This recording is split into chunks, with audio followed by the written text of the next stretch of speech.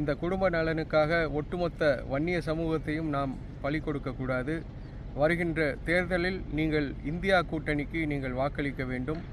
India கூட்டணியில் நாங்கள் அகில இந்திய அளவில் ஜாதிவாரி கணக்கெடுப்பு எடுத்து அதன் மூலம் சமுதாயத்தில் உள்ள சீர்கேடுகளை சரி செய்வோம் என்று எங்களுடைய தலைவர் ராகுல் காந்தி அவர்கள் வாக்குறுதி கொடுத்துள்ளார்.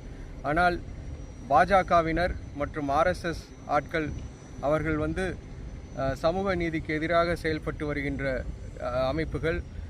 ஆர்எஸ்எஸ் அமைப்பின் முக்கிய நோக்கமே ஜாதி வாரியாக எந்த ஒரு பதவிக்கோ அல்லது படிப்பிற்கோ அவர்களுக்கு இடம் கொடுக்கக்கூடாது. அதாவது இந்த ரிசர்வேஷன் என்பதை முழுவதுமாக நீக்க வேண்டும் என்பதுதான் ஆர்எஸ்எஸ் இயக்கத்தின் நோக்கம். இது போன்ற வன்னிய மக்களுக்கு எதிராக செயல்பட்டு வரும், அதாவது குறிப்பிட்ட